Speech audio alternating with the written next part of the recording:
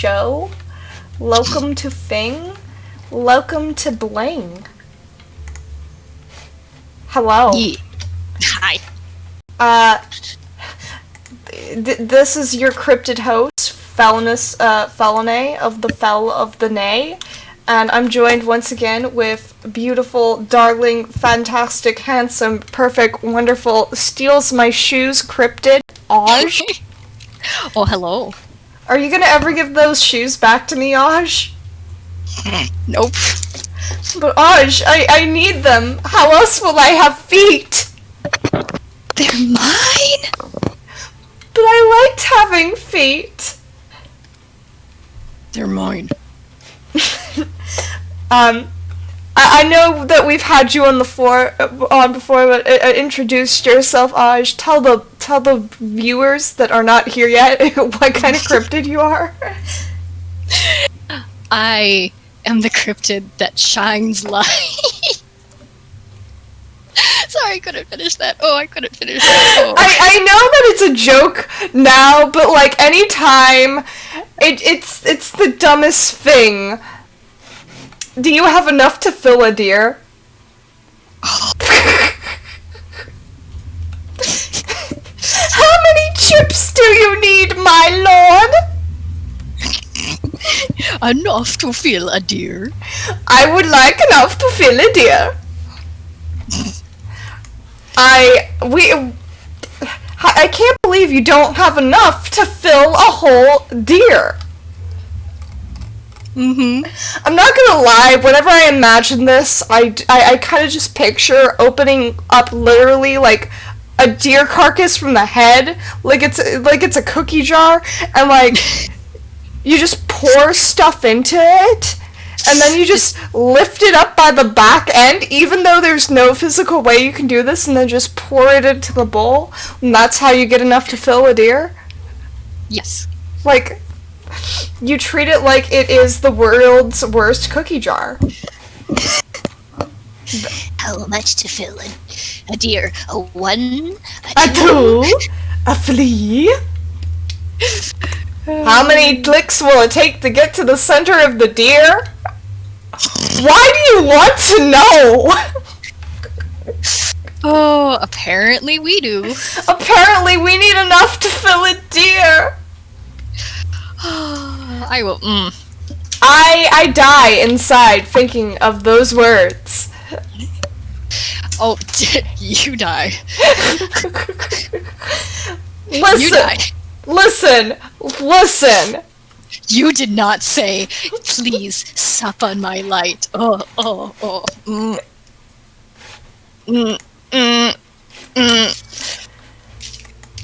Some marshmallows. Oh, really? You're like, I didn't say, oh, my moon! Where is my moon? And then I send you the Instagram.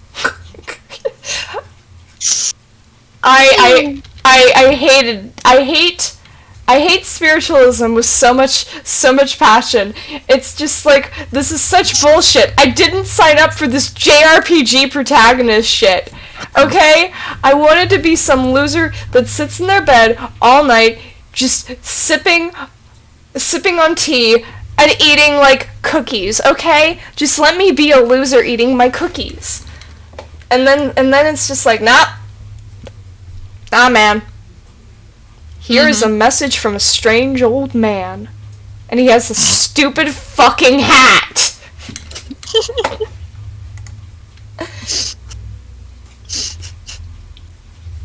To which I would like to say, eat butter, old man.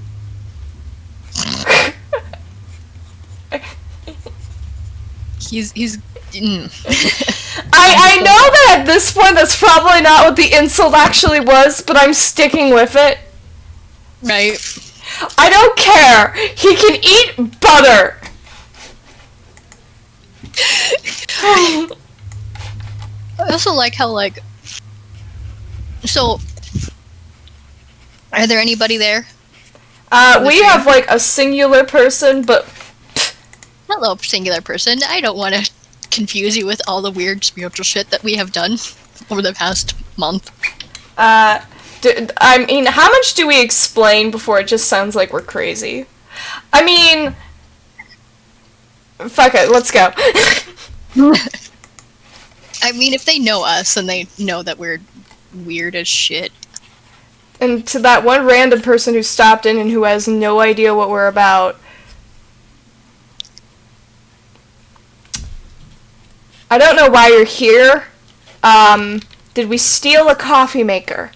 That sounds like something I'd do. Mm-hmm. But, yeah, no. Hello, one person. How far down the rabbit hole do you rabbit hole do you want to go? Do you want to be awakened by my... Oh my god, I can't finish that.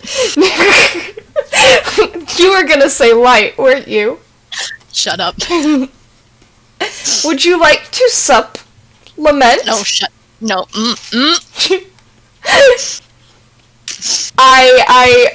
I, you know, the best part of having since met you is I get to have so many moments where it's like, yes, let's talk about gods from chillest to no chill. And the only answer to no chill is just Anubis. He's like, hey guys, hey, how's it going? Hey, like, then meanwhile, I swear to God, Shinto gods are literally, it literally is like walking into, like, to me, Shinto gods and spiritual, so to explain it, in Wiccan, I feel like there's a misconception of how dealing with gods actually works. Because it's not like, oh, I sit around an altar and I breathe in smoke and hallucinogenics and shit, and then I get a word from our sponsor. Have you? Who's like, hi, are you into understanding the cosmos? Well, you should try NordVPN. Zeus edition. It's not like that, okay? I mean, and sometimes it is, but like, you gotta be really high for that shit, man. Right, and they know that you're not gonna remember in the morning, so like they're. But for the most part, spiritualism and dealing with gods is less like, oh hey, I'm high as balls and I've just gotten a message from the great beyond. It's less that and more like, there is a voice in my brain. Oh, interesting. Patron god? They like thing? Here is offer. And it's like voice in head, and then you're just like, oh, there's a voice in my head. I don't know what this voice is, and it just keeps yelling at you, and you're like, is this me? This is probably me. And then they just keep yelling at you, and you're like, oh shit, wait, that's not me. It's literally like imagining that you are just in a canyon and it's super echoey, and then one guy's like, Bob! Bob! And it's like, that can't be for me. Bob! And you're like, I don't even know a Bob. Right? You're just like, who are you talking to? I don't know. Like, it's one of those, and then, of course, you'll just question everything. It's like, that's just like some weird... I'm just being crazy. That's just the sign that I need the meds. And, like, to a degree, and I will say that is a part of being Wiccan, is you do constantly wonder, am I spiritually awakened, or do I have schizophrenia? And then there are times where it's too much of a coincidence, and you're like,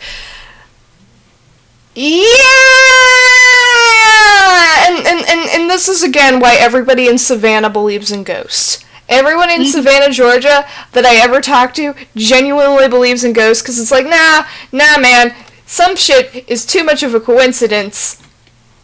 Well, that's the thing, is that like, what was it? You always think you're weird, and then you have a buddy, and they look at you and they go, do you just hear, and they say the exact same thing you're thinking, and you're like, shit, yeah.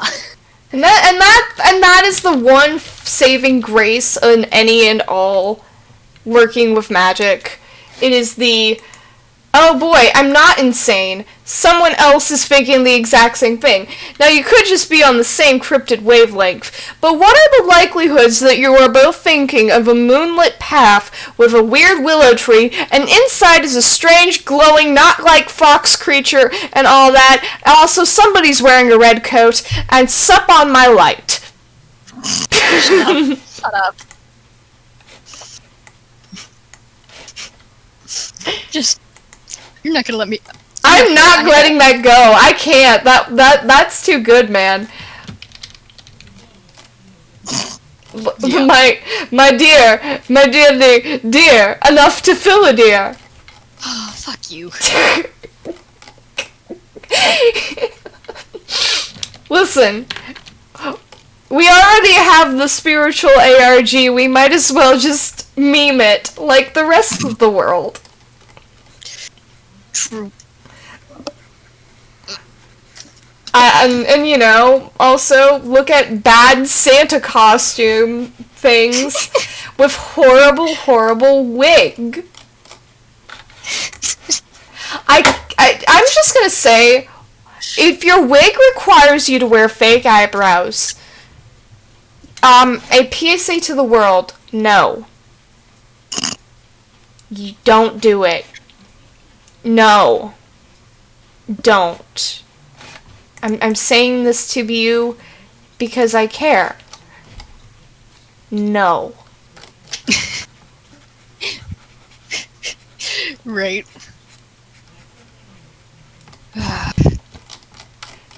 How have you been faring, Aj? How is life? Life has been weird.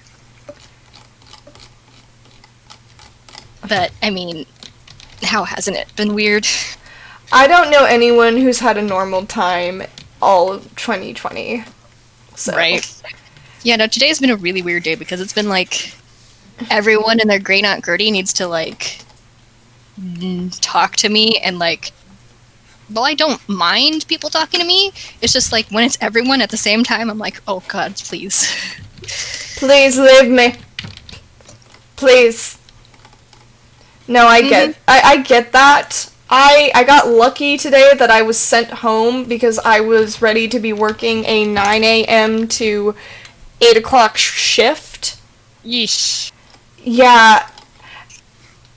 Which, you know, you work at a relatively shitty burger chain, like, you should expect something like that, but, like, I was not alive enough to do that. I also didn't get to have breakfast that morning because I had to rush out the door because I had to go to both the mail center to ship a package as well as get to work 3 hours before I normally do.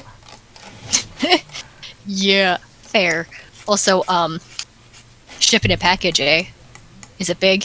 You know, it's a decently sized package. No, actually, I was really happy. Somebody bought one of my masks. My fancy Tales-inspired masquerade masks. Oh, nice. Yeah, they bought the Micleo one, which I'm like, that's good. Like, the Micleo one, I was pretty proud of that one. Mm-hmm. But I have pictures of this. Because I mean, I think I've seen it before. Yeah, but, like, I like showing it off. It's a pretty one. It's a very pretty one.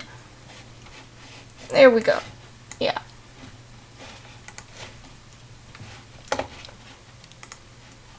But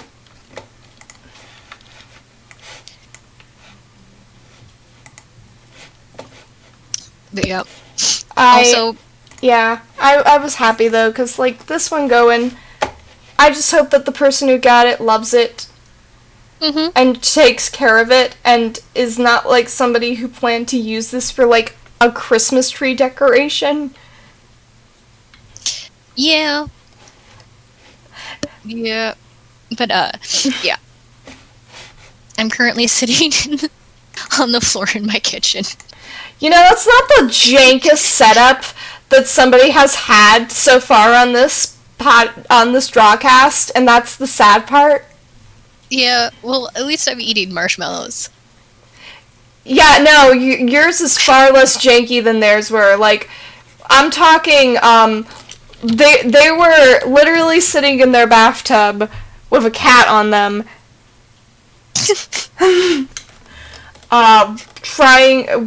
running Discord through a old iPad. Oh man. Like, oh man. I was impressed that actually the sound quality for Looney Mooney's stream was as good as it was, cause like I was just like, if you sounded like shit, I would not judge you harshly for this. Like, you have genuinely a cursed setup. I mean, that's on brand. Like, mm-hmm. I mean, okay, so currently, for my setup, my computer desk is a vanity. Mm-hmm. Which means there is a mirror literally directly in front of me. Also, if it says that there's two people in the chat, like, watching it, it's because I'm watching the stream on my phone so I can see what you're doing.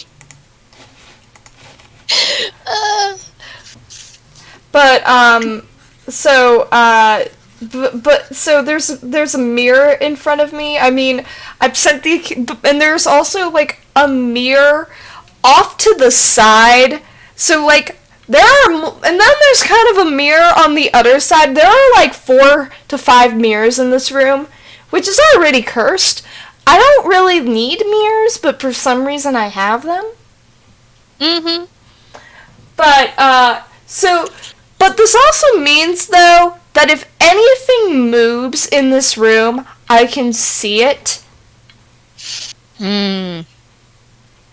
And, like, I don't know what it is, but my curtains are inherently spoopy looking. I think it's because they're white and gauzy. And also, they like to flutter, even though there is absolutely no wind in this room. I mean, yeah, that's fair.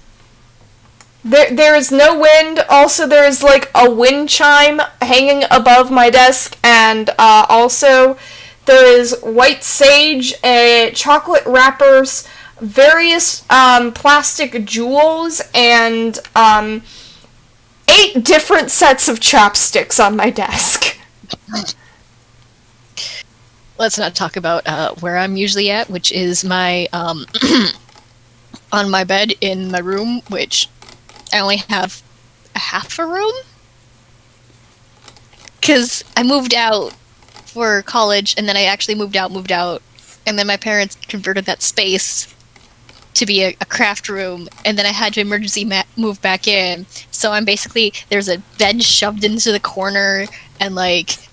Oh, like, so you got a situation like my brother's. Yeah. Where it's just like, I have half a room. That's okay. COVID has forced so many, honestly, COVID and life in general have forced so many into, like, jank-ass living spaces. Oh, yeah, no, like, mine was before, because I had a really bad roommate, which, I'm glad I'm not in there.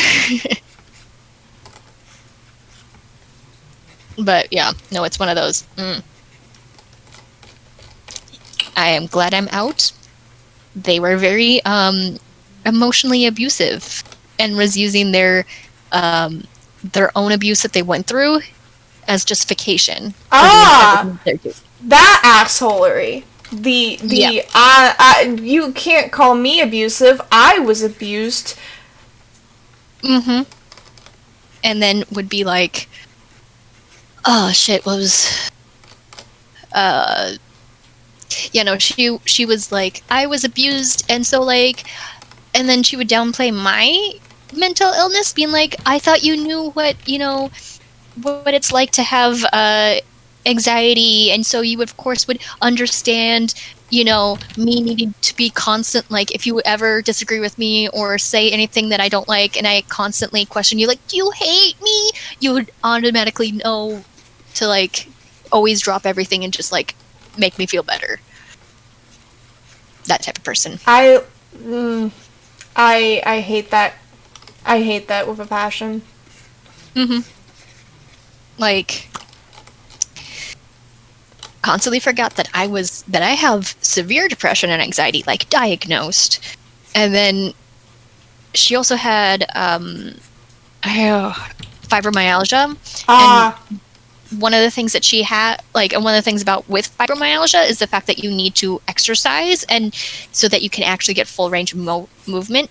But because it hurt, she didn't want to do it, so her range of movement kept getting worse and worse. Yeah, no, they're, like, I understand that. My stepmom has fibromyalgia, and, you know, like, there are a lot of things you need to do to make sure that it doesn't get worse. There's also, like, depending on your fibromyalgia, like, also, you know, you might need a gluten-free diet. Like, and she's not willing to do that, and she was just... And then whenever we were doing anything, like, I was like, oh, we can do this, we can watch this together, and she goes, oh, all we're doing is watching things. I'm like, yeah, well, you can't do anything else. Or want to do anything else. Like, something you need to learn when you have fibro is, like, what you can do so that you're not only ever watching shit. But of course she didn't want to do that, which sucks to be her. I brought, like, Dungeons and Dragons in there specifically so that she could play it. And then she was very controlling of all the players and, like, would keep yo-yoing back and forth every single time we would have Dungeons and Dragons. She would be like, oh, my anxiety is too much. I can't have it. And so it would be like, okay, we'll just cancel it for today. No big deal. And then a few hours, and so we'll cancel it, like, the morning of, and then she's like, oh, okay, I feel better, I can do it now. And we'll be like, everyone made plans. Yeah, no, like, that's an asshole move. Like, and then when anyone was, like, canceled or anything, she was like, this is my one time to get any sort of social interaction. And I'm like, don't they know that? And I'm like, yeah, but they have their own lives. Yeah, you know, people can't put their lives on hold for you, Gorge. Yeah, no, she was one of those people who wanted everyone to put their lives on hold for her, and if they didn't, then they automatically hated her, and if they did anything that was, you know, either against her player, even though, like, characters are different, you know, like, or, like, against her character or anything like that, or would try to joke, she would take it personally, and she's like, I can't tell the difference between character and player, and... Oh, God. You know, there's nothing worse than than someone who's sore who's a sore loser while playing Dungeons and Dragons, or, like, frankly, also railroaders. Railroaders are the worst. Actually, so, I had a DM who, I get that he railroaded because he was super proud of his world, but at the same time, he literally would not allow us to fail at anything. Yeah. Like, we were not allowed to fail.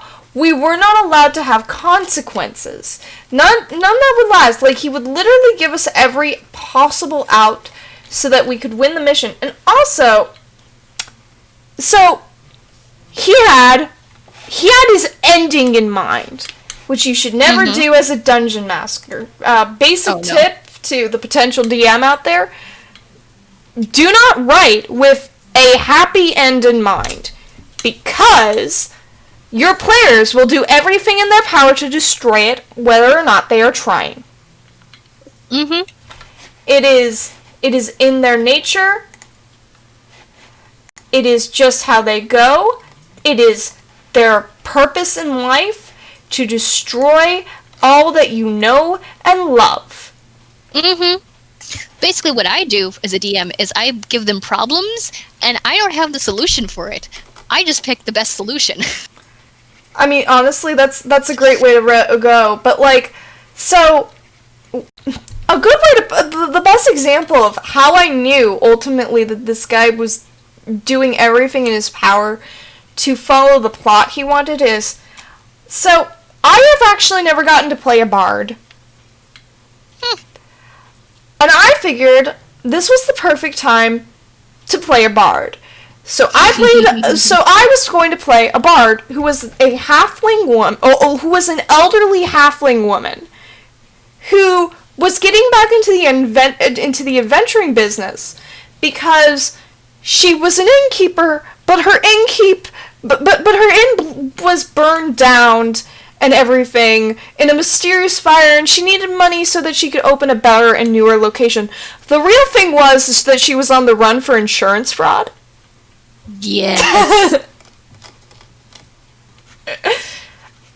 But, like, it also meant that I got to be like my lord. Oh, darling, you're just so sweet and you're a little soft in the head, but that's alright. I love you all the same. And I was so ready to take advantage of the fact that this character was genuinely an old lady. And I couldn't. Like, the DM, whether he admitted it or not, did not like that I was an old lady. Oh man, we're having an old lady in my new campaign, and I'm so excited for it. Like, he wanted to do weird, sexy anime stuff. Oh no. But the other thing is he kept trying to check, like, just to make sure that everyone is comfortable with this. But I'm like, you wrote a sex torture dungeon into your game on purpose. Oh no. And you didn't. You were like, I just want to make sure everyone's okay with this. I'm like, listen.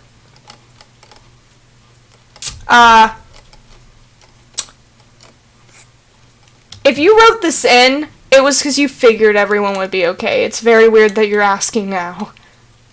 Mm-hmm. Like, nothing explicit happened, although I did almost pimp out our druid multiple times for gold.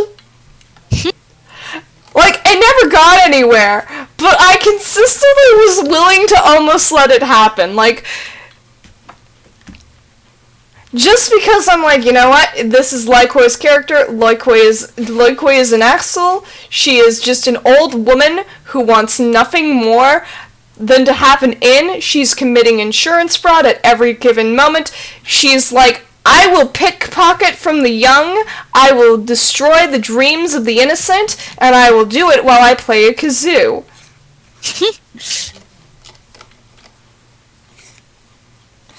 And I'm just like, I was annoyed that this DM genuinely would not let us fail at the missions, and also that anything that is a bardic ability was useless.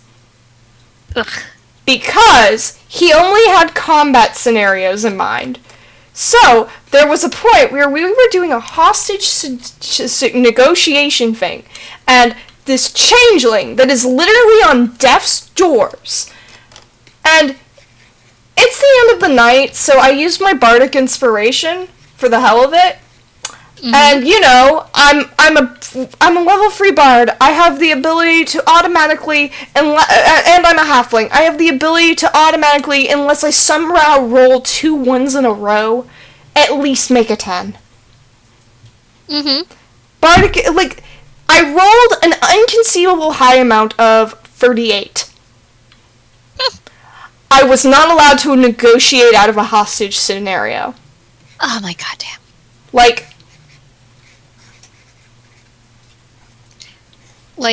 don't get me wrong, my players like to make everything hard on me, but if they're gonna roll, like, and it's good, they're gonna roll and it's good, and I'll be just angry about it. Just like, meh, I had this plan, but meh. Yeah, it's an annoying thing when you realize that your DM is not just railroading you, but is kind of doing it specifically because what they have in mind is so important to them. Because also, here's the thing. For basically every quest reward, we got a favor from major people in the city. And I was like, great, I would like to cash in my favor. And they're like, no, you can't cash in your favor. And it's like, why not? Likeoi doesn't care about anything but her inn. This is a woman in her 80s. She has no time for your shit. Mm-hmm. And it's like, well, but then that messes the ending. And you're like, good. Yeah, and I'm thinking in my head, it doesn't matter what your ending is in mind if literally none of the characters would get there on their own. Mm-hmm. Like it's kind of like how the reason why puzzles in D&D are so simple that a baby could solve them is because they never get it right. They never get it right. It's because you are reliant on the fact that your players will overthink every step. Yep. Like, it's not that we think you're stupid. I mean, we do. Yeah. It's one of those, and then you're also reliant on like when you give something to your players, is that they're going to fuck it up somehow. Yeah, no, like, you are completely reliant on the idea that your players will fuck everything up. And again, it's not because players are stupid. It's because you're overthinking everything. It's that whole, like, animated spellbook Zibashu, or Basho, however his last name is pronounced, I cannot do words. He has that whole thing where he talks about the clock puzzle, where the whole thing is, you're just supposed to let the clock run down. But your players aren't going to think that.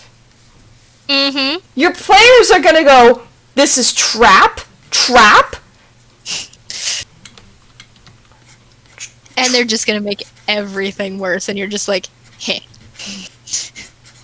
I mean, it's to the point where I'm just, all you can do is, for your players, is just be like, alright, I have this.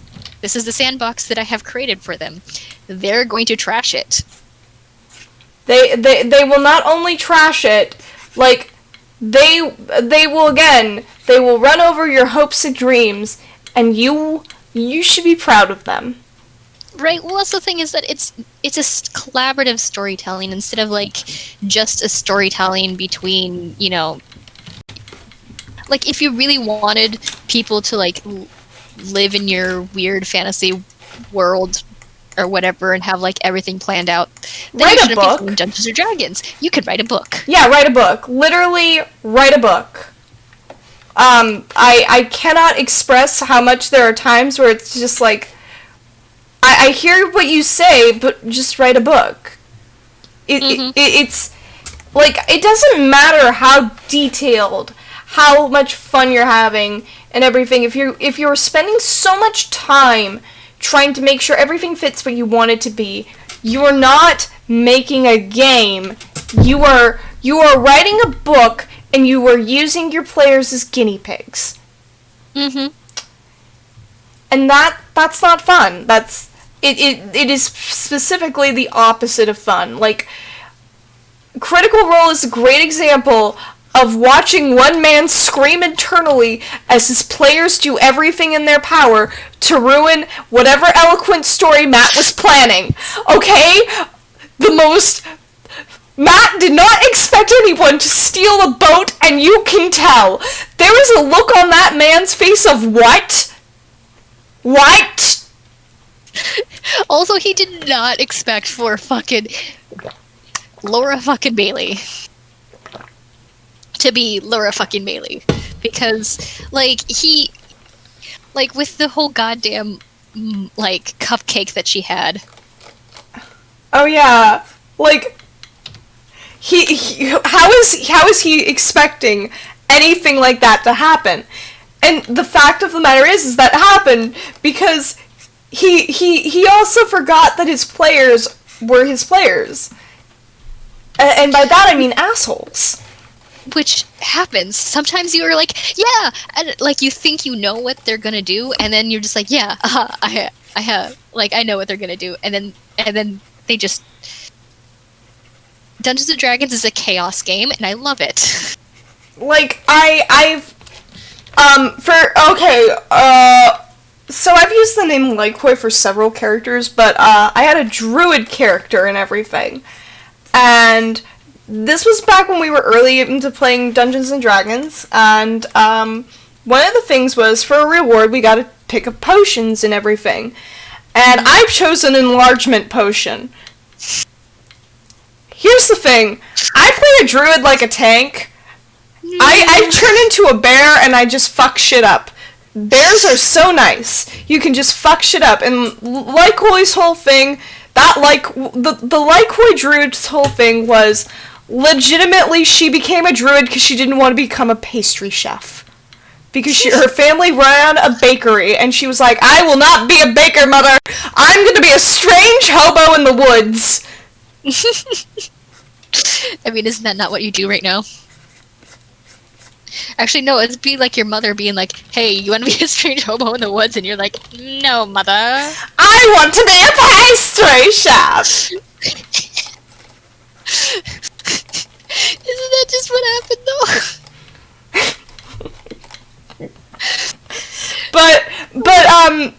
So we are in the middle of an enemy lair. We are down 2 players. Like, it's looking like it's gonna be a total party kill. And at this point, I'm out of spell slots. We don't have a tank. We have a rogue and a druid. Mm-hmm. And I basically look at I basically look at the bottle and I go, fuck it. And I drink an enlargement potion and I turn into a giant bear. And that is the only reason any of us made it out of that cave.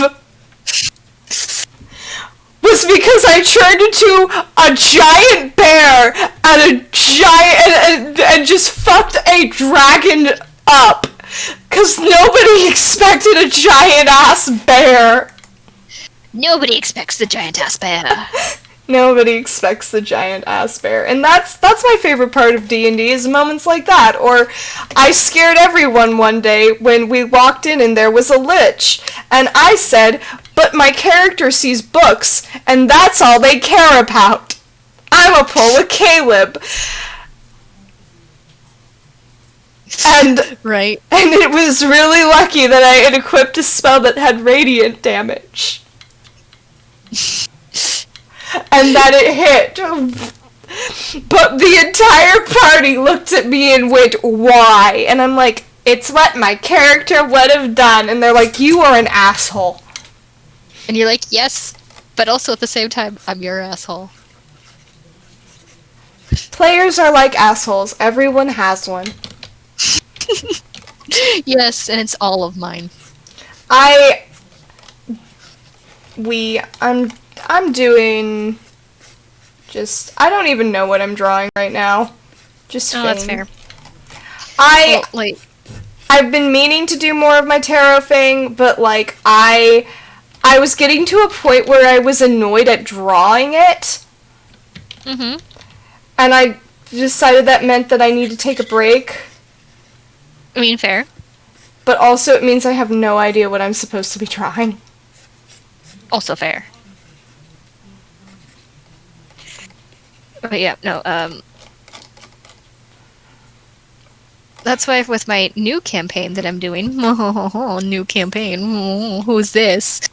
I have an idea in mind, and like a few other things, but I'm fully aware that what's gonna happen is I'm gonna like set it in front of my players, and they're just gonna knock it off the table. And then I'm just gonna have to redo everything.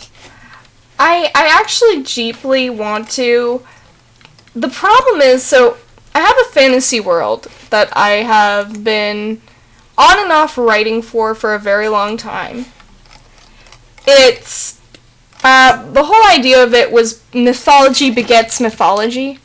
So, you know, it's a parallel fairy world where fae are not fae as we understand them in our world. Like, as far as they are concerned, they occasionally came over via wormhole. They visited a few times. They brought back the platypus, which is now an invasive species on their world and also runs the religion. It's a whole thing. Apparently the reason why the platypus is on Earth is because the platypus has the ability to hear the gods.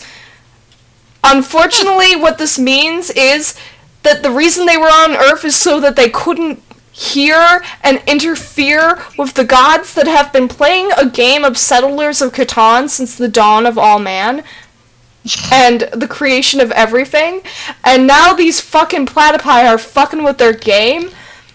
And I want to run a campaign set in this silly world, but the problem is I legitimately, if I were to play this in anything like Dungeons or Dragons, I'm like, this would be the most boring game, because my world is not, it is far closer to Terry Pratchett's Discworld than it is anywhere near a Lord of the Rings fantasy.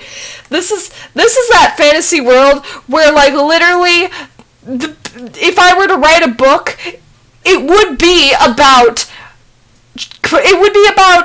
political corruption in the mail system and the church, and how the platypus is using the pastry industry as a scheme to launder money from the masses so that they can win at Settlers of Catan.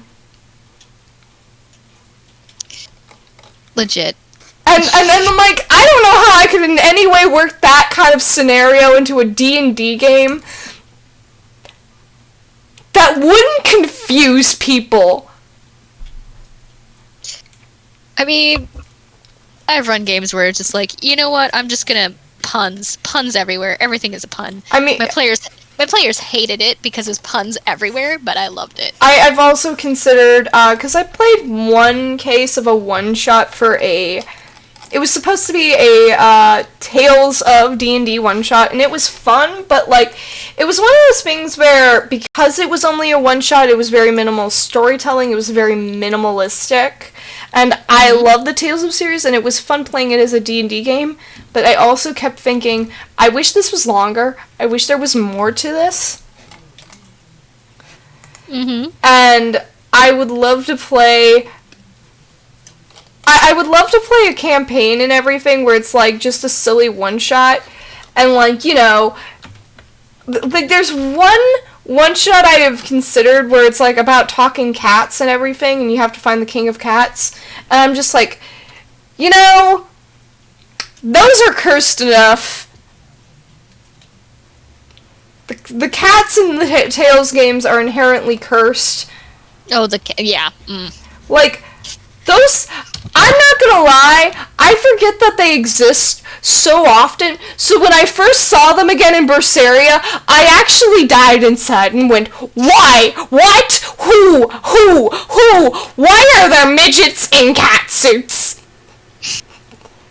Right, I mean, I think everyone had that question when they first encounter cats, like, why are there midgets in cats? Why are midget in cat suit?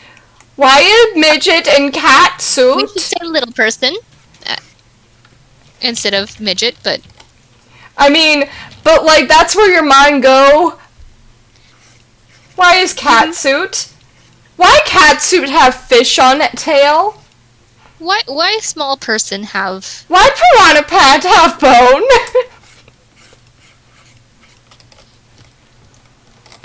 There is no greater moon than why piranha plant have bone.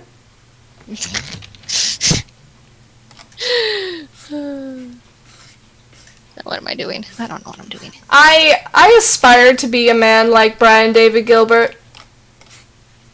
Right. Brian David Gilbert is in many ways goals. Mostly because I'm also like, I want that hurdy-gurdy. I know that hurdy-gurdy. I've seen that hurdy-gurdy online, Brian. I know how much you paid for that gurdy. I know that it costs more than a Chromebook. Come on, Brian. How did you really get the gurdy? What did you truly trade? What was the gurdy and what was the hurdy? I also love... I genuinely need a hurdy-gurdy because it's the only instrument that I know immediately, the moment I play it, the gates of hell will open.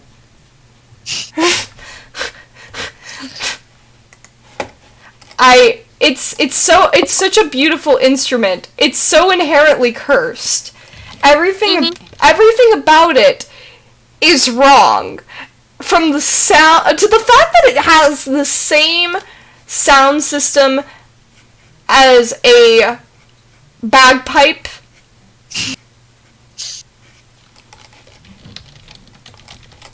To the beauty of to the beautiful history of the fact that the instrument is technically French.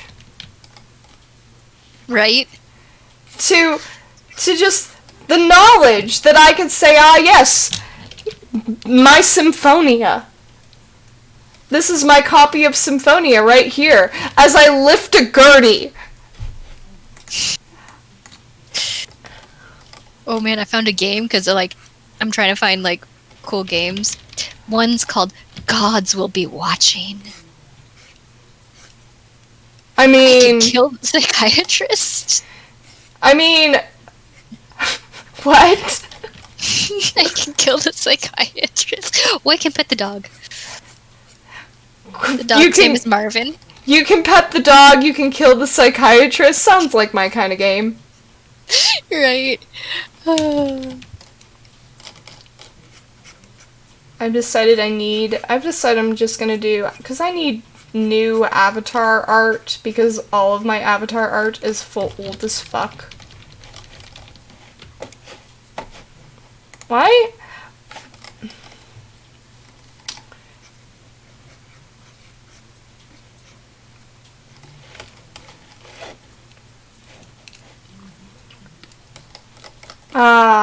Why I have to be like that? And by I mean when you're drawing and you have to, do fucking eyes at an angle and you're like, why did I do this? Why did I choose this for myself? Mm-hmm. I could have done any fucking thing.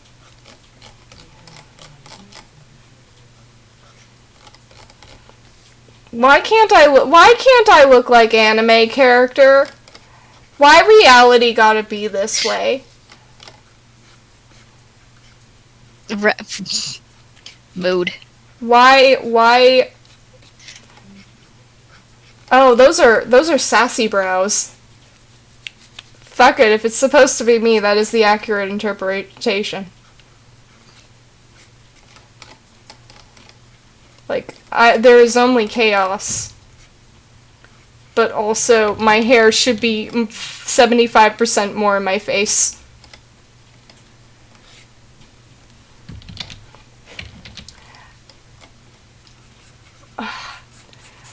Joy of joy that apparently everywhere was dead on a Black Friday. Mm-hmm. I really hope that Black Friday is killed by COVID, much like,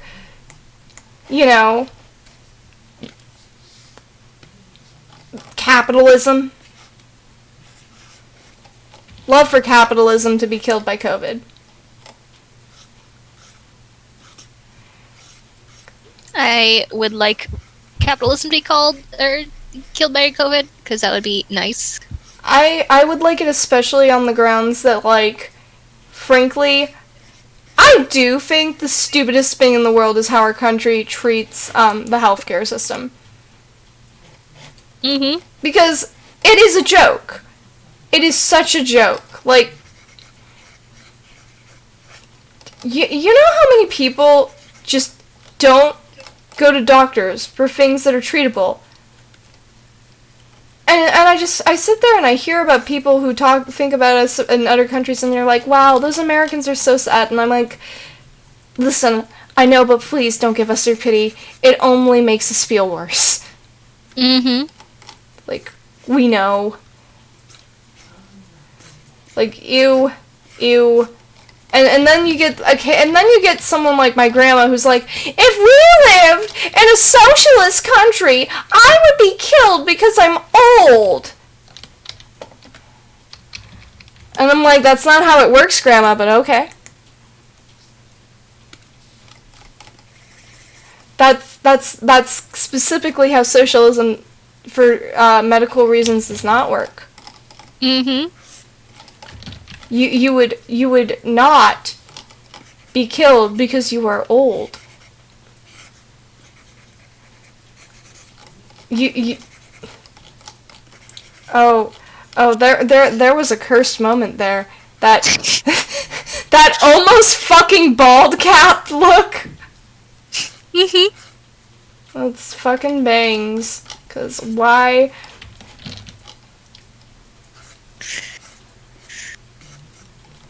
There's something almost lesbian about this haircut. In that... I guess the best way to put it in that old school shoujo manga, the one weird rich snob girl that you know is a lesbian and laughs like, oh, way. And I hate that I know that I would wear this. I hate that also my hair is impossible to draw. Curly hair is the worst thing to have if you want to do a picture of yourself in a cartoon style. Right. I'm cursed with Jufro. I'm cursed with Jufro enough that people call me out on it.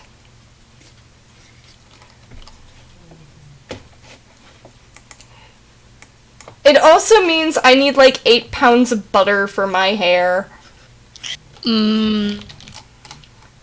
I must lather butter in my hair, much like how Uko needs to eat butter because he's an asshole.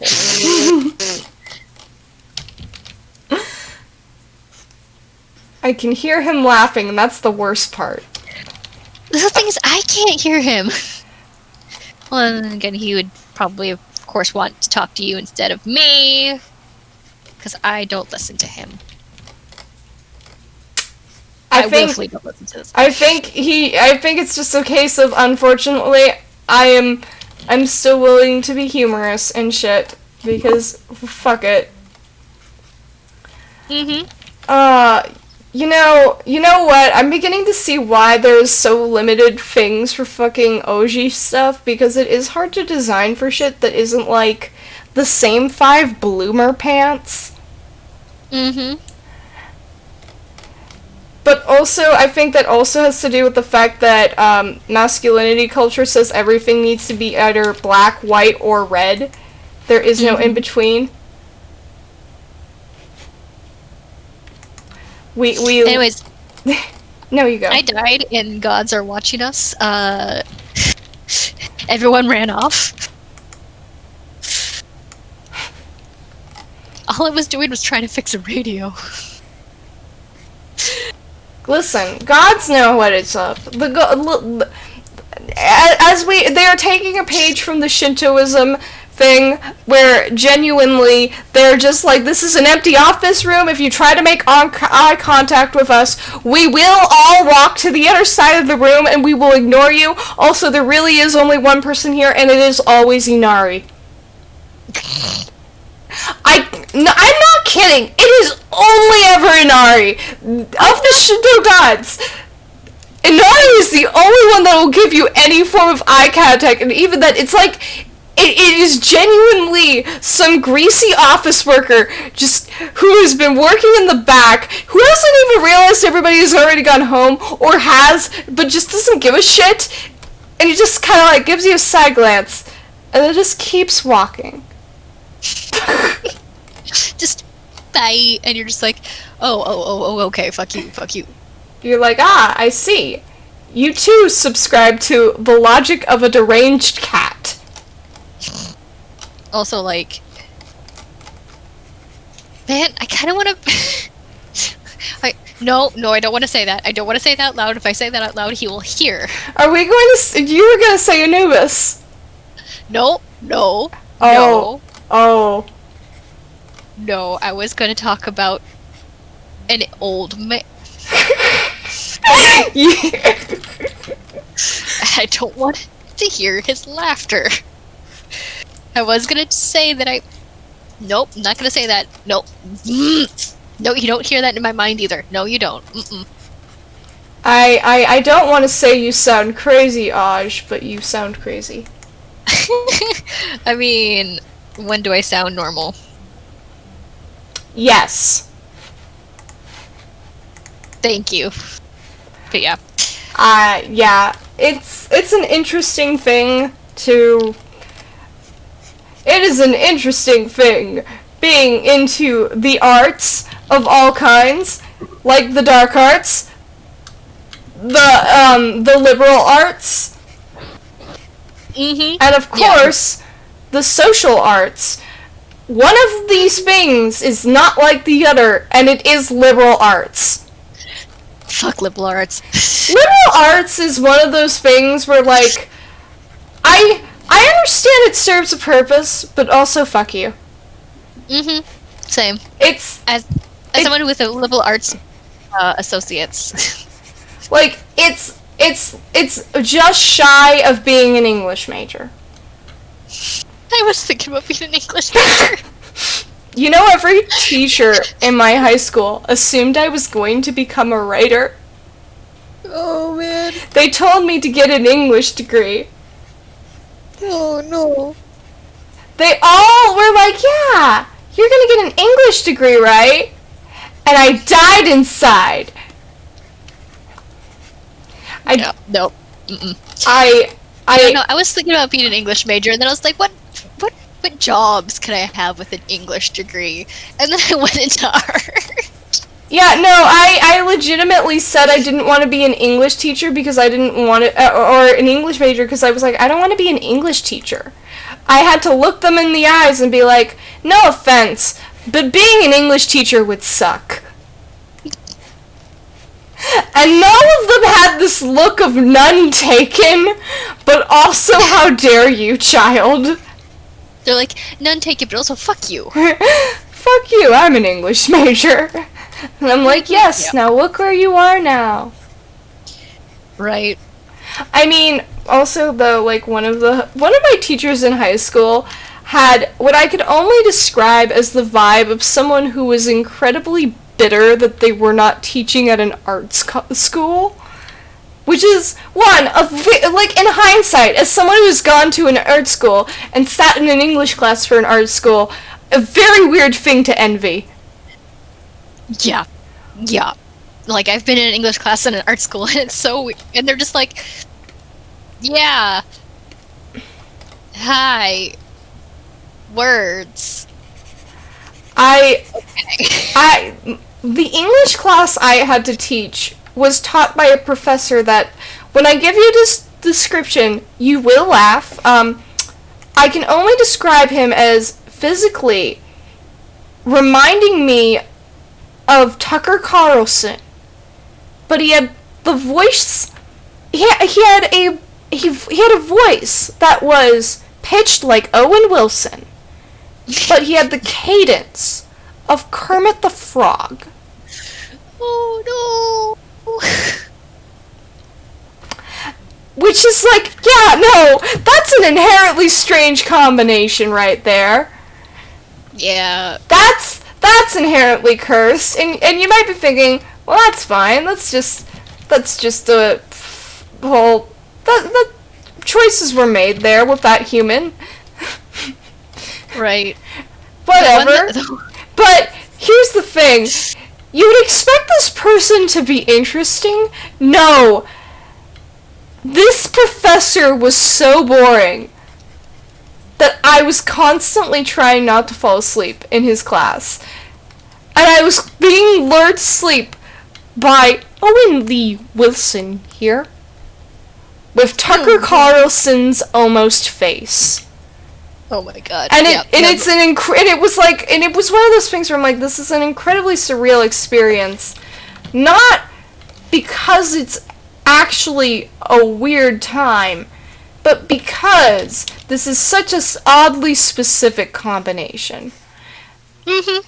And you can't voice in the class the words, you look like, you can't say in the class, you look like Tucker Carlson with the voice of Owen Wilson with the cadence of Kermit the Frog. You can't say this.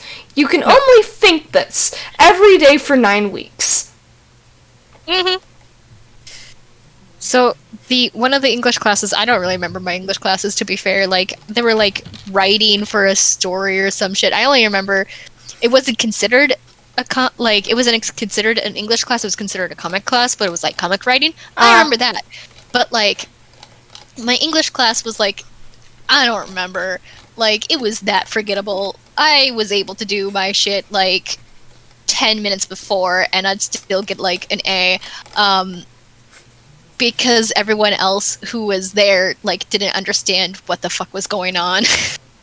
But, like, so me and my friend in that class, we literally, like, we looked at each other, because we read each other's writings, and we're like, oh, we're the same. And then one time we were, like sitting next to each other, and she's like, you know what, I'm dropping this class because I can't learn anything. And then she does that. She drops the class, starts writing a column for Matt Fraction in Odyssey, and, like, becomes a teacher teaching, like, comic book writing. That is so fascinating. Sorry. No, that's fascinating. That's just, because, like, that's one of the fascinating things about sometimes being in a class of realizing that a teacher is just not going to do anything, and, like, fuck it, I'll teach myself and then others. Right. And this was art school, too. So, like, yeah, so, like, weird side note, this person got married. So this person was a TA for the comic book writing teacher before she became the advanced comic book writing, right? Right. So they were kind of having a weird relationship where they couldn't really talk about things until she stopped becoming his TA. Like, she stopped being his TA, and they were like, yeah, we're engaged now. Aww. Yeah, it's cute, but weird thing is that they got married, and they had Kelly Sue DeConnick, like, officiate one of their weddings. And if you know, Kelly Sue DeConnick is Matt Fraction's wife? Yes, they're married. And Kelly Sue DeConnick wrote the, she wrote for Marvel, specifically, Captain Marvel, and her comics were specifically used for making the Captain Marvel movie, to the point where she met the cast members. So, thinking about all of these people that I know, I am very close to knowing Danny DeVito. I like that you're like, I'm so close to Danny. I'm so close to Danny boy. That's the thing, is that's all I care about. Like, I walk around knowing how close I am to Danny DeVito.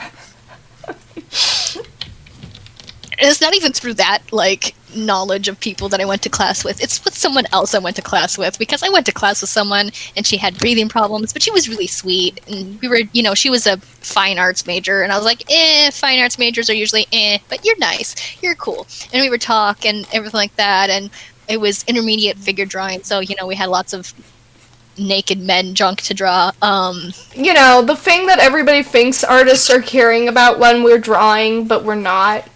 No, it's like the last thing. We're like, oh yeah, I forgot his junk. Here you go. I usually put, like, a happy face there. I literally just do the minimum amount of lines. I'm just like, it's genitalia. Who gives a shit? Yeah, who cares? But like, so we become friends, and like, all of a sudden, one time in a cafeteria, she just, like, someone is going crazy, and like, what's going on? And she just looks at me and she goes, oh, he found out that my sister plays Matilda.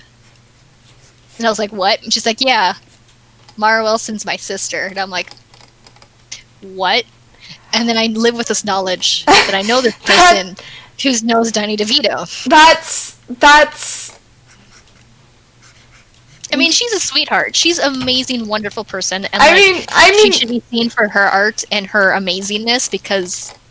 But I still like to think about. I mean, that's just one of those things where it's like person on their own, cool, and then you have to live with the knowledge that apparently this person knows Danny DeVito. What, like, and that you're so close to Danny boy. I am. Like, I live with this knowledge of how close I am to knowing Danny DeVito, and, like, I'm never gonna talk to her about her sister or, like, Danny DeVito, but I'm gonna think about it. Right. Because, like, she should be, like, she has to, like, change her name on Facebook so that people won't try to, like, find her on Facebook specifically to get to her sister and all that.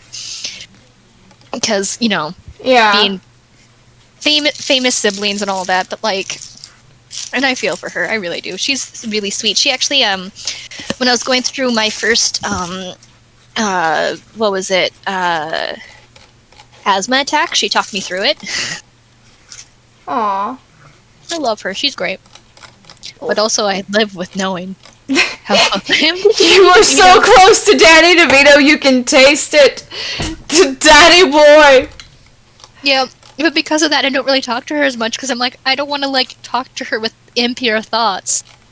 You don't want to talk to her thinking about that sweet, sweet Danny DeVito? Mm-hmm. Which is why I find it funny, like, how I actually did, like, the Tales of Crestoria meme with Vicious as Danny DeVito, knowing how close I am to him. You're just so close. You're like, I can taste the Danny. I can taste it.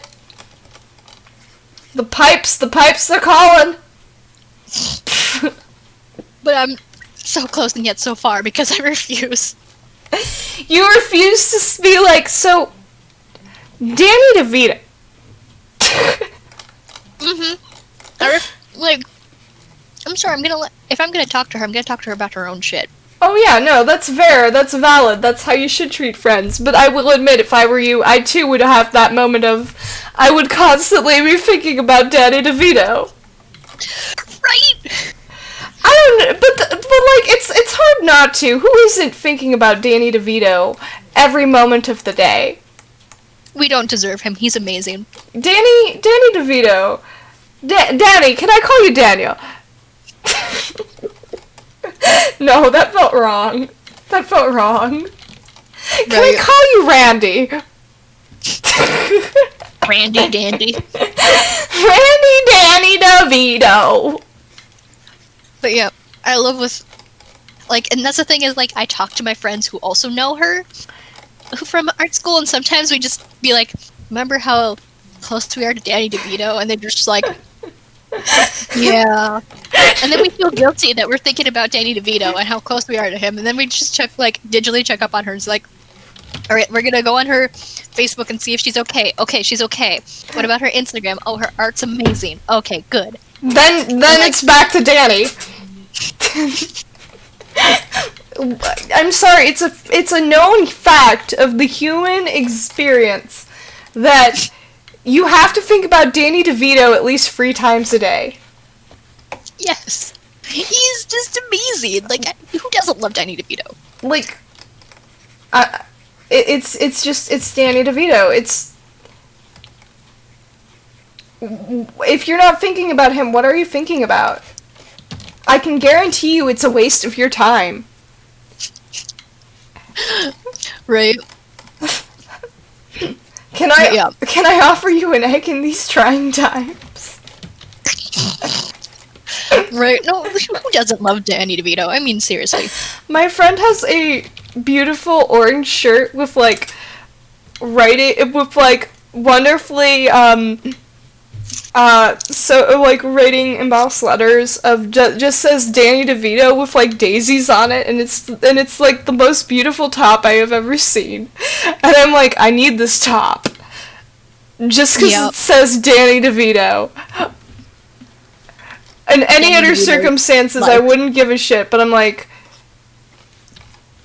Danny. Da Vinci? Yeah, but like, seriously, so I live with this knowledge of going to art school in California and knowing how close I am to Danny. Like, you live with knowledge that is both inherently cursed and inherently blessed. It's Danny. I live knowing that knowing that one of my professors knows who is responsible for causing a scare of nuclear waste disposal gone wrong in Ireland. Because of Don Bluth Studio. I only have this. Like, nobody I think the weirdest person I know from school is the heir to the Shrinky Dink Corporation. Oh yeah, no, that's fair. Like, that's the closest I get to having anything close to Danny DeVito. Okay, so I mean that's fair. Like, I'm also technically close to like the Marvel Cinematic Universe. Yes, but did anybody of us care? You mentioned that, and I immediately did not say, no, go back to that. The only one that matters is Danny. Yeah, true. And then, like, okay, so there is this,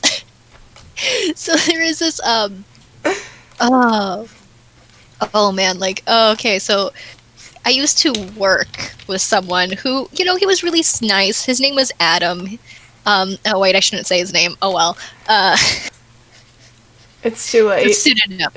It's too late. It's a pseudonym. It's a pseudonym. Anyway, so I was working with him, and you know, he was always really responsible and really nice and everything like that. And then all of a sudden he goes, "Oh yeah, I'm the president of like this country's like I'm the son of this country's president," and I'm like. Like, and he's like, yeah, no, I'm really well known in my country to the point where, like, people from that country come in and they see me working at this line and they do a double take because he wants to have his own, he wanted to be independent, he wanted to make his own money, he wanted to do all that instead of, like, relying on his family. And I'm like, okay. But, yeah. So I know the son of the president of Uganda. That is inherently surreal. Yeah, and I didn't know it until all of a sudden he told me, and I was like, "Oh, thank you."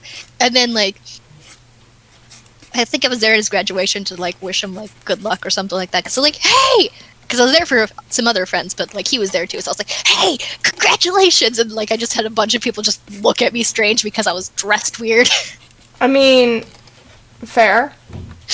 I was just like, and then I remembered, like, as soon as like, "Oh my. Congratulations!" Like, as soon as, like, his family turned towards me and gave me that weird look, I was like, oh, they're very well-known politicians. I am a strange human. No, wait. Yeah. You were a strange creature. My bad. Why does everyone think that I'm Fae? I mean, besides the obvious. Listen, you wouldn't be on this podcast if you weren't. It's true. But yeah, so that was, yeah, no, I have a lot of stories of where I'm just like, ha ha ha ha ha, and then on people like, oh yeah, by the way, this, and I'm like, what?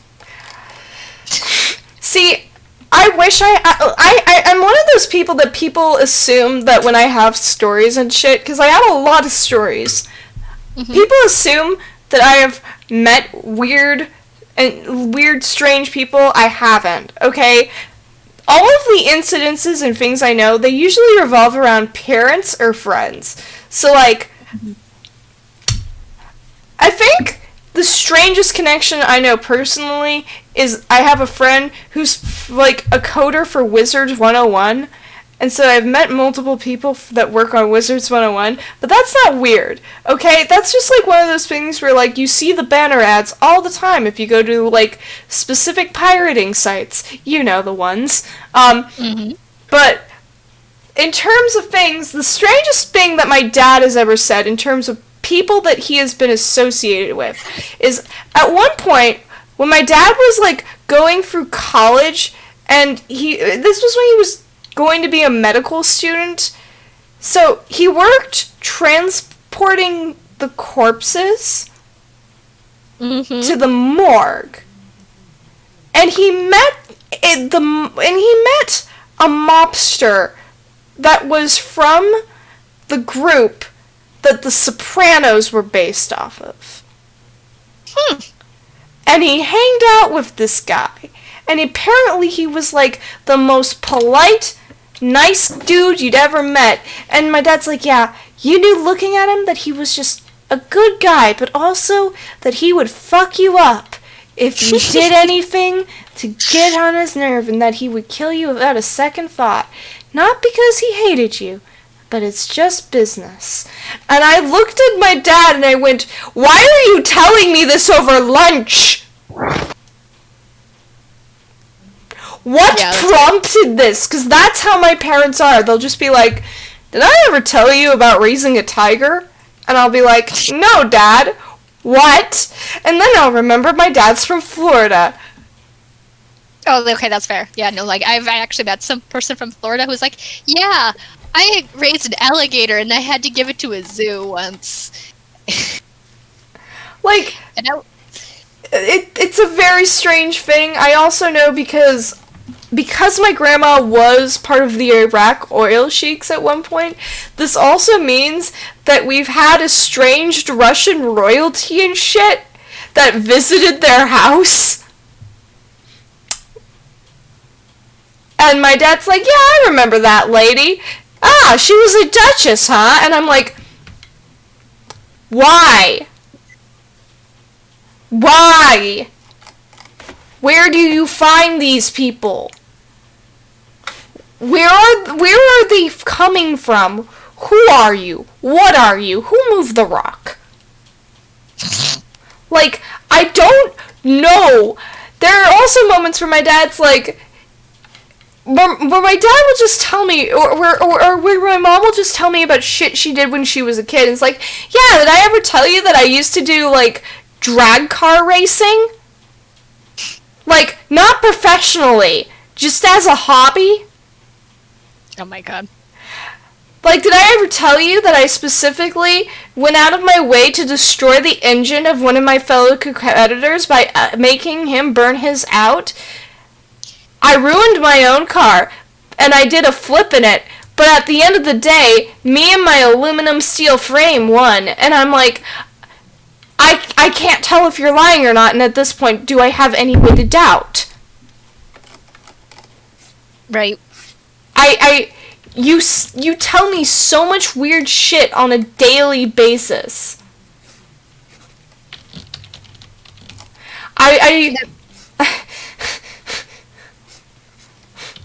That's fair. I mean, like, I think the only person that I have of my family who was like, oh yeah, by the way, is my dad, and he's very quiet and shy and doesn't really like to talk about things. And the only time he wants to talk about things is that he's all like, hey, so I did this, so please don't ever do this. Because my dad, he was in the military where they got him hooked on speed.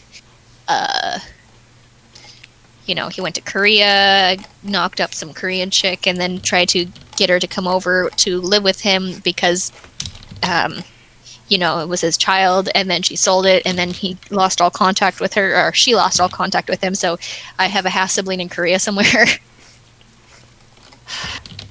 You mentioned sold, and that's the part that I stuck with, and I'm like, oh, this is a real tragic one.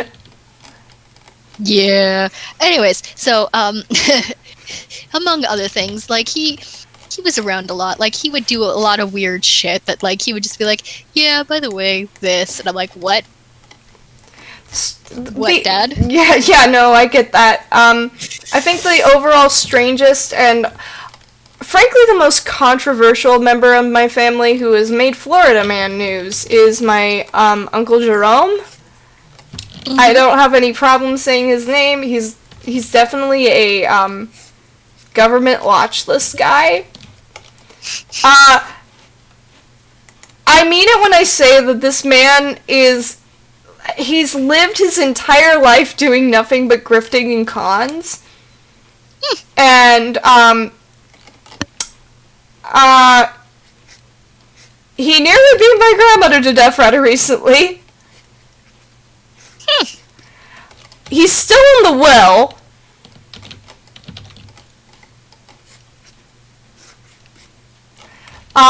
He genuinely has planned and tried to kill my father. He at one point, because he learned how to drive by breaking in and stealing cars. At one point, this is the most famous, as far as I know, this is the most infamous thing he's ever done besides potentially worked as a hitman. My dad has no solid proof, but he's like, yeah, he was a bit too good at the job, apparently, and, normally limo car drivers don't need to go to jail for 10 years. Or disappear to Israel. Yeah. Yup. I understand that. But, the whole thing is that my Uncle Jerome, the most famous incident involves him. Apparently, he broke into a car of a government official who had, important documents. Oh no. Guy went in to get groceries, came back to find his car stolen, and my Uncle Jerome apparently just really thought the briefcase looked nice.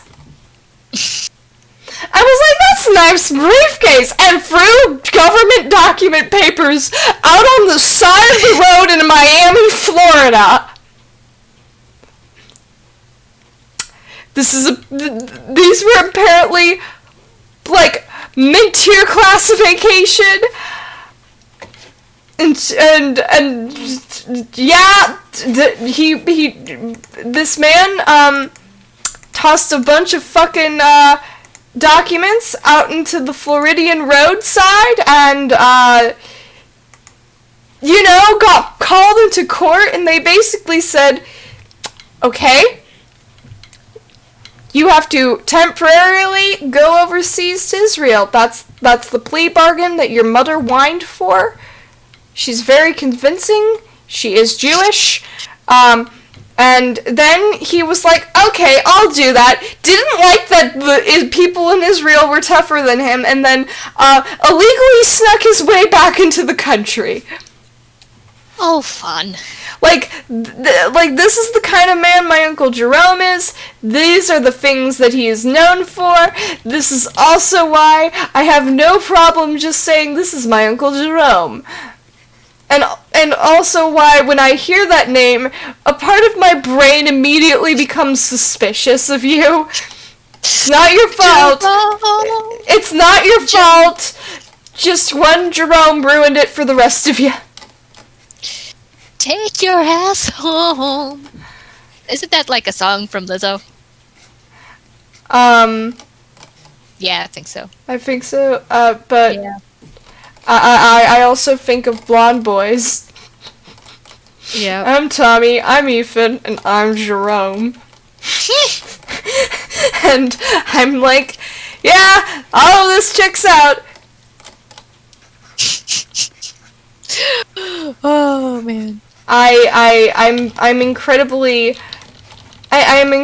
used though to the idea that somewhere out there my Uncle Jerome is secretly plotting to kill everyone in our family, or some shit like that, because he is weird, he is creepy, he is crazy, but the man is also weirdly good with dogs. Oh, dogs. Dogs like this man, for some reason. And it's like, aren't you supposed to be a judge of character? Right. Which is weird, because, like, so I have this really good friend, like, basically my brother, but, like, from another... You know when you meet a friend, and then you're like, you're gonna be my sibling. Oh yeah, no, I have plenty of those. Yeah. So he's my brother, and the thing is that he is, like, big and, like 6'5", big kind of thing, and, like, strangely, whenever he gets hungry, dogs go wild. That is an incredibly weird thing. Like, he'll just be like, oh, I'm hungry.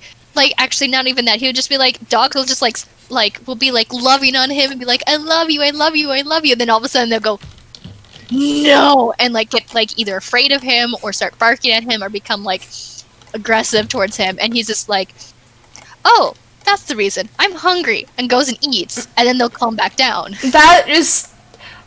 what do you do to earn that? He is older than us. You know, that in a way explains it, and yet at the same time I am still confused. On the grounds of, that is such a weirdly specific thing, though, for dogs to get upset about. I know, he's just like, yeah, yes, I am hungry. And considering the fact that he's like, all of my, like, phone calls with him are probably tapped by the FBI or some shit, because he was on the list for a while. No, for no reason that I know of. That I know of. You hear that, FBI? That I know of. Yeah, no, he's been... It's not that he's, like, actually been doing anything weird. It's just, you know, he's just that kind of, like, people look at him and they instantly get suspicious. Oh yeah, no, I understand that. Yeah. People, for some reason, don't, like, when I tell people that I was bullied heavily, they don't get it, because, like, they're like, why? You're so interesting, you're so funny, you're so bright, and I'm like, no, I have learned much over the years that you have to curb your suspicion level. Mm-hmm.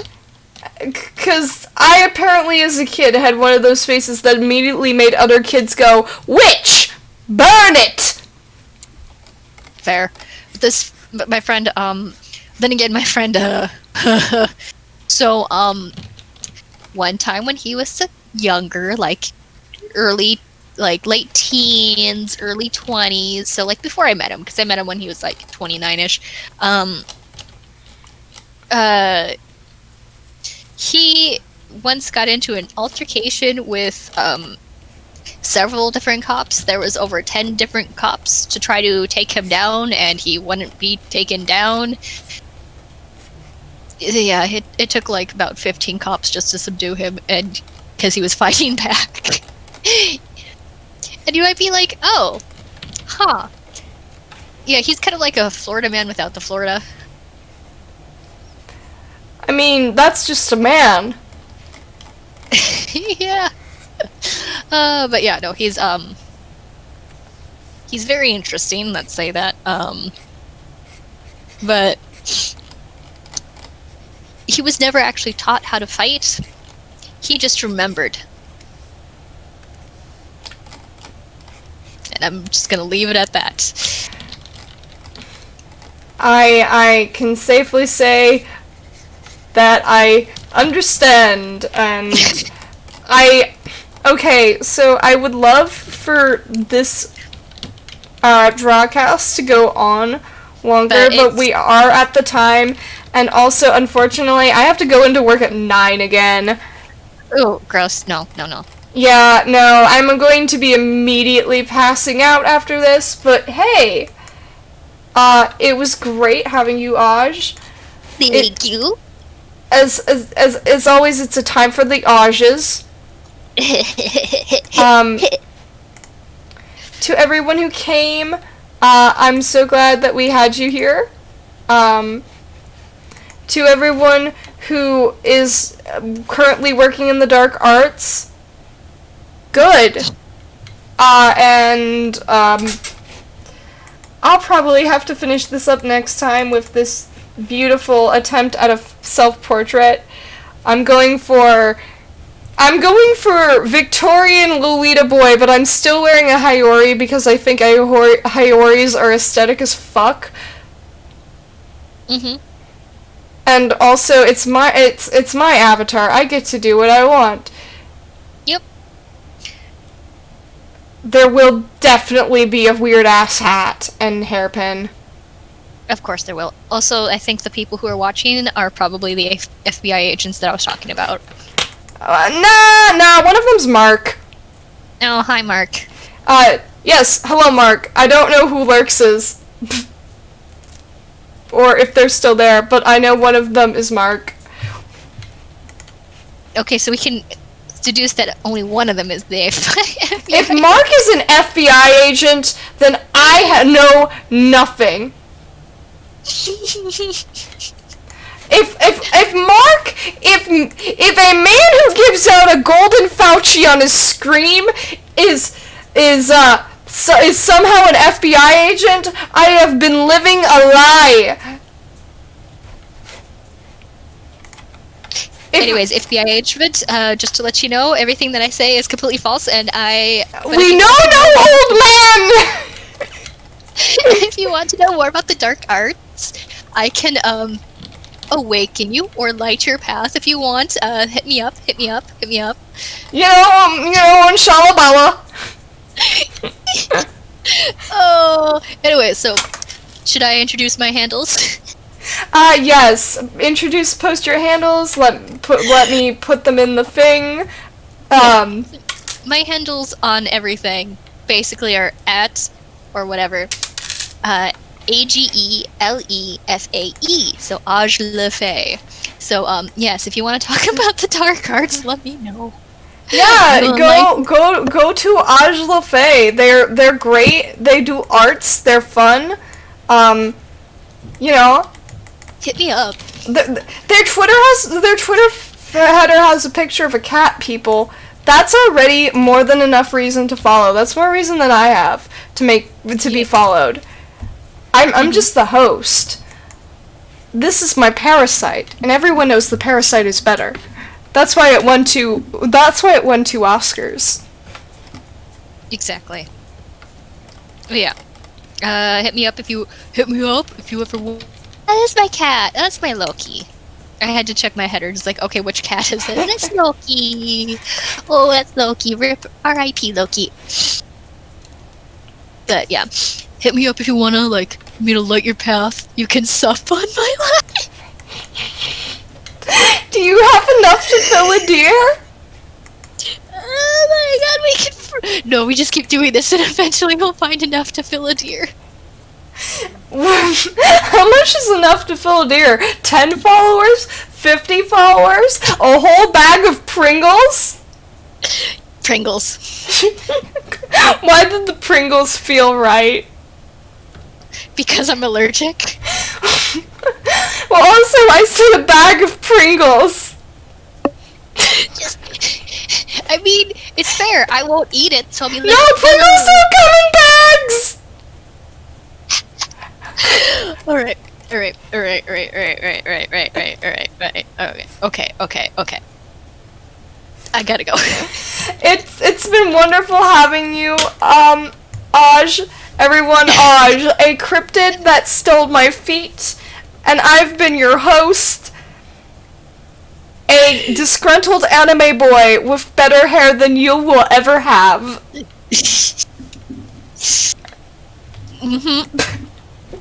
Oh, goblet. I was sitting like a goblin and now I'm trying to move. I'm old. I'm so old. Good night, everyone.